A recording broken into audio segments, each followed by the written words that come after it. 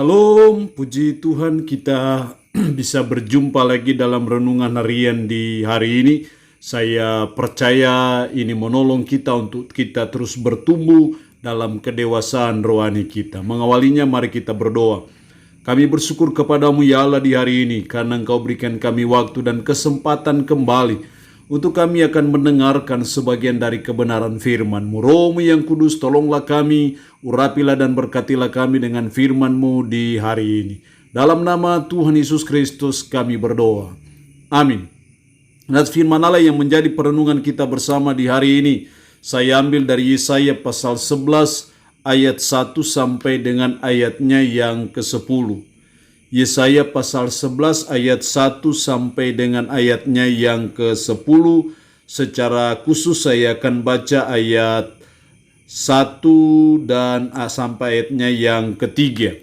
Firman Allah berkata demikian, suatu tunas akan keluar dari tunggul Isai, dan taruk yang akan tumbuh dari pangkalnya akan berbuah. Roh Tuhan akan ada padanya, roh hikmat dan pengertian, roh nasihat dan keperkasaan, roh pengenalan dan takut akan Tuhan. Ya, kesenangannya ialah takut akan Tuhan. Ia tidak akan menghakimi dengan sekilas pandang saja atau menjatuhkan keputusan menurut kata orang. Demikian firman Allah hari ini yang intinya mengajar kita, menasihati kita berharap akan pembaharuan Tuhan. Sebagai umat, sebagai orang percaya di minggu-minggu Adventus ini, kita berharap bahwa ada pembaharuan yang dibuat Tuhan, yang dikerjakan Tuhan bagi kita sebagai umatnya. Sehingga ketika Sang Raja Damai datang, kita berharap ada suatu dampak yang ditimbulkan di minggu-minggu Adventus ini, sehingga ada suatu pembaharuan dalam kehidupan kita sebagai umat. Ayat ini berbicara bagaimana kedatangan Sang Raja Damai, sifat-sifat karakter dari Sang Raja Damai yang digambarkan oleh sang penulis dalam ayat 1 sampai dengan ayatnya yang kelima. Sementara ayat 6 sampai 10 berbicara bagaimana dampak pembaharuan yang dikerjakan oleh Sang Raja Damai sehingga menciptakan kehidupan yang damai di bumi. Ayat 6, serigala akan tinggal bersama dengan domba dan macan tutul akan berbaring di samping kambing, menunjukkan suatu kehidupan yang damai antara makhluk satu dengan makhluk yang lain. Bahkan ayat 8, anak yang menyusu akan bermain-main dekat liang, ular, tedung, dan anak yang cerai susu akan mengulurkan tangannya ke sarang ular beludak. Menggambarkan bagaimana kehidupan yang damai yang terjadi sebagai dampak dari pembaharuan yang dibuat oleh Tuhan. Ada suatu kehidupan yang damai. Lalu kalau kita berharap akan pembaruan dari Tuhan, apa yang harus saudara dan saya perbuat? Apa yang dituntut dari saudara dan saya dalam berharap akan pembaruan dari Tuhan? Setidaknya ada 3 hal penting yang perlu saudara dan saya buat, yang harus kita contohi dan teladani dari Sang Raja Damai dalam kita berharap akan pembaruan Tuhan. Sifat ataupun karakter dari Sang Raja Damai ini sangat penting untuk saudara dan saya contohi dan teladani sebagai bagian dari kita berharap akan pembaruan dari Tuhan. Yang pertama dalam ayatnya yang kedua, roh Tuhan akan ada padanya, roh hikmat dan pengertian, roh nasihat dan keperkasaan, roh pengenalan dan takut akan Tuhan. Hal yang pertama dalam berharap akan pembaruan Tuhan, kita harus memiliki hikmat. Sesuatu yang sulit terjadi kalau saudara dan saya bisa mengalami pembaharuan tanpa saudara dan saya memiliki roh hikmat dan pengertian. Roh hikmat dan pengertian itu dibutuhkan untuk kita bisa mengenal Tuhan itu secara baik dan benar melalui firman-Nya. Hikmat adalah kemampuan kita memahami kebenaran firman itu secara baik dan benar. Karena itu dalam berharap akan pembaruan dari Tuhan, kita membutuhkan roh hikmat dari Tuhan, kita butuh pertolongan Tuhan dalam kita memahami akan kebenaran firman, dan kita belajar menerapkan kebenaran itu dalam hidup kita sehingga kita mengalami pembaruan dari Tuhan. Ini sangat penting untuk kita contohi dan teladani dari Sang Raja Damai, yaitu memiliki roh hikmat.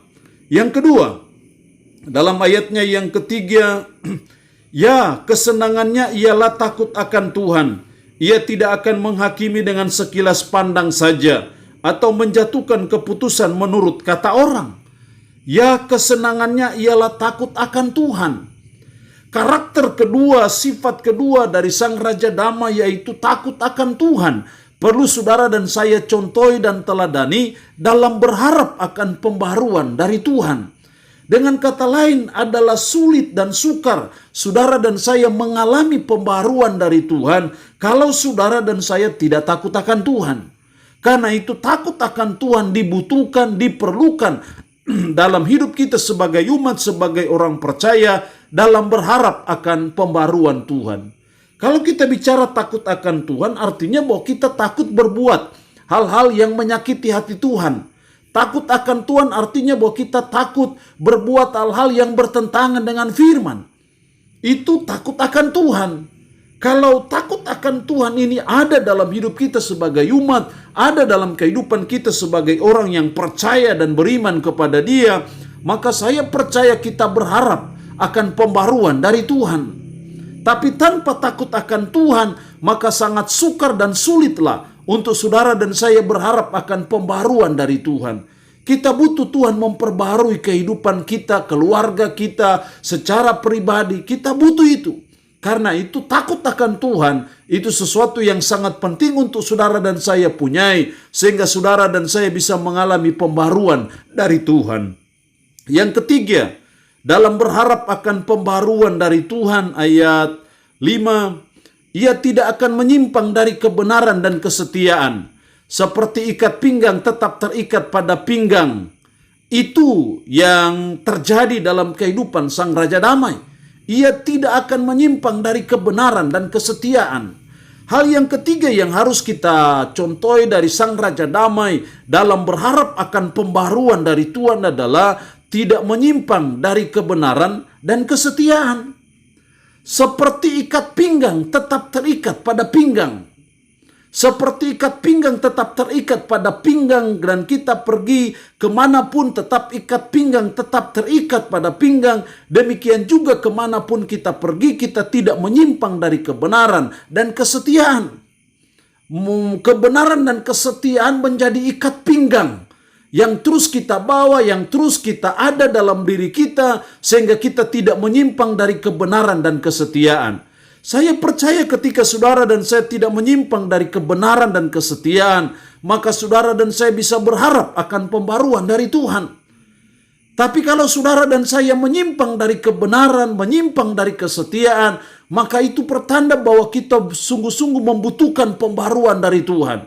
Dan supaya itu yang terjadi, dalam kehidupan kita ada pembaharuan Tuhan yang dibuat Tuhan, dikerjakan Tuhan terjadi dalam hidup kita. Maka kita belajar untuk tidak menyimpang dari kebenaran dan tidak menyimpang dari kesetiaan.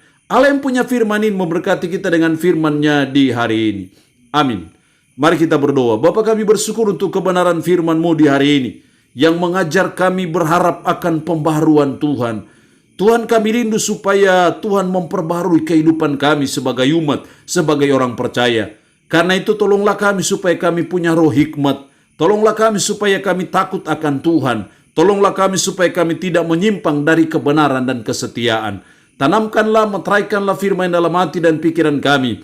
Dan sanggupkan kami untuk kami bisa menjalani kehidupan ini sesuai dan seturut dengan firman-Mu. Berkat Tuhan bagi umat-Mu yang mendengarkan renungan harian di hari ini. Umat-Mu yang sakit dalam nama Yesus, Tuhan lawat, Tuhan jamah, dan Tuhan beri kesembuhan dari sakit penyakit yang diderita. Terpuji-pujilah nama-Mu ya Tuhan. Dalam nama Tuhan Yesus Kristus kami berdoa. Amin. Shalom. Tuhan Yesus memberkati kita semua.